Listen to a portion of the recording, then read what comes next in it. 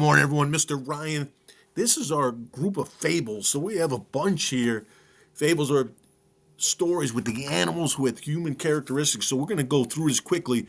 I'm going to go through it, but you can play this multiple times. It's great for fluency. It's great to get you thinking. What's the moral of the story? But let's go through this. The first one, the farmer and the stork. Vocab that to excite, cause to be felt, like get people excited, get people fired up.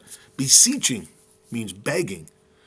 To slave means to work very hard. So here's story. This is the farmer and the stork. A farmer placed nets on his newly sown plowlands and caught a number of cranes which came to pick up his seed. With them he trapped a stork that had fractured his leg in a net and was earnestly beseeching the farmer to spare his life. Pray, save me, master, he said. Go free this once. My broken limb should excite your pity. Besides, I am no crane. I am a stork, a bird of excellent character, and see how I love and slave for my father and mother. Look, too, at my feathers. They are not least those of the crane. The farmer laughed aloud and said, It may be all as you say. I only know this. I have taken you with these robbers, the cranes, and you must die in their company. Birds of the feathers flock together. So this was the first fable, a farmer and a stork. This is the vocab, excite, cause to be felt. Beseeching is begging. Slave, work very hard. The farmer and the stork. There's a message there. Think about it, review it, go back, but a very important message. Next one, the kid and the wolf. Nothing like a good wolf story. Two vocab words. Pursued, to follow and try to catch. Outwit, trick, by being more intelligent. So here we go, the kid and the wolf. A kid, returning without protection from the pasture, was pursued by a wolf. Seeing he could not escape, he turned around and said, I know, friend wolf, that I must be your prey. But before I die, I will ask you of one favor.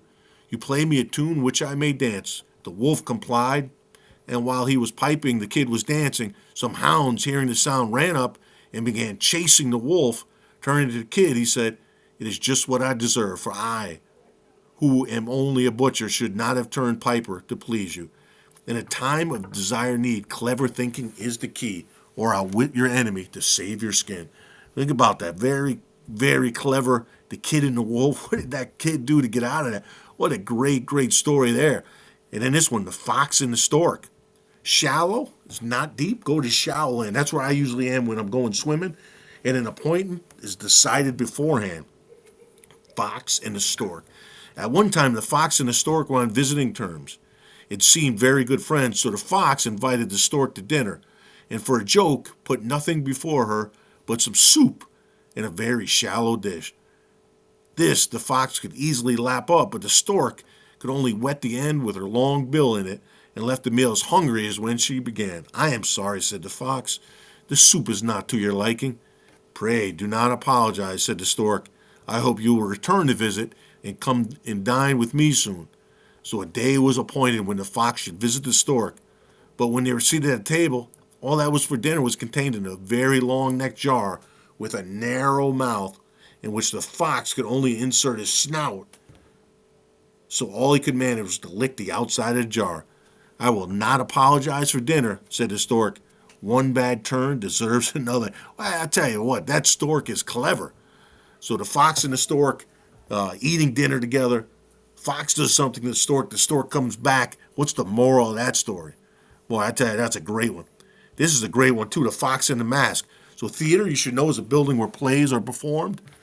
Observed is watch and listen to. So here we go, The Fox and the Mask. A fox had by some means got into the storeroom of a theater. Suddenly he observed a face glaring down at him, and he began to be very frightened, but looked more closely. He found it was only a mask such as actors use to pull over their face. Ah, said the fox, you look very fine. It is a pity you have got no brains. Outside shows a poor substitute for inner worth. Let me read that one again.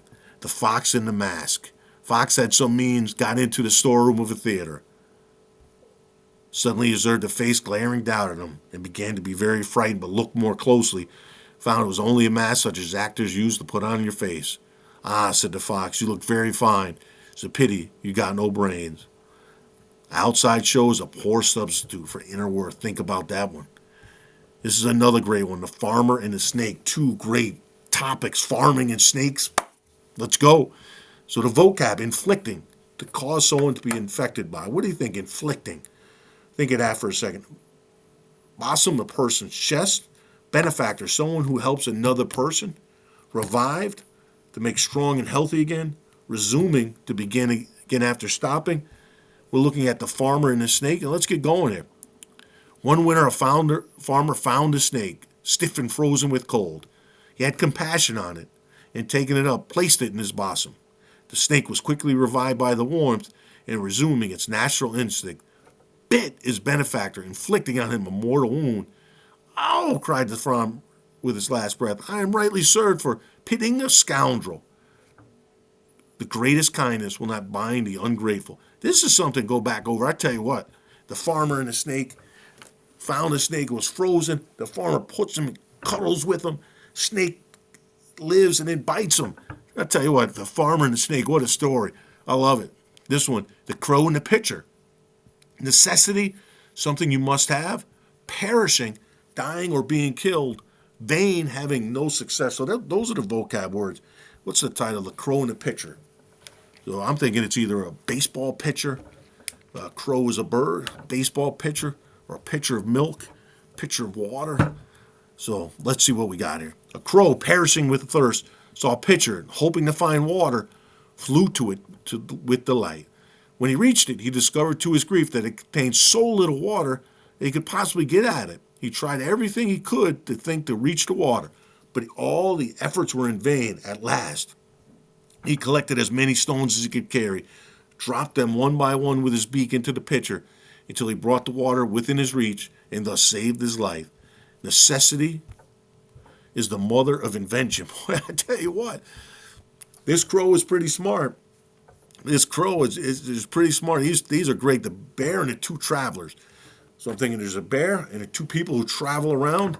And in the vocab, misfortune is being unlucky, concealed to hide something from the sight. The bear, two travelers. Two men were traveling together when a bear suddenly met them on their path. One of them climbed up quickly into a tree and concealed himself in the branches.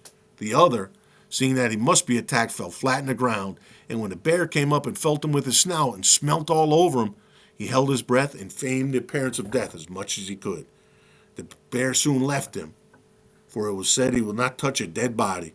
When he was quite gone, the other traveler descended from the tree and jocularly inquired about the friend what it was. Bear had whispered in his ear, "He gave me this advice." His companion replied, "Never travel with a friend who deserts you at the approach of danger." Misfortune tests the sincerity of friends. So they were both getting chased by the bear. One did something else. Boy, there's a message there.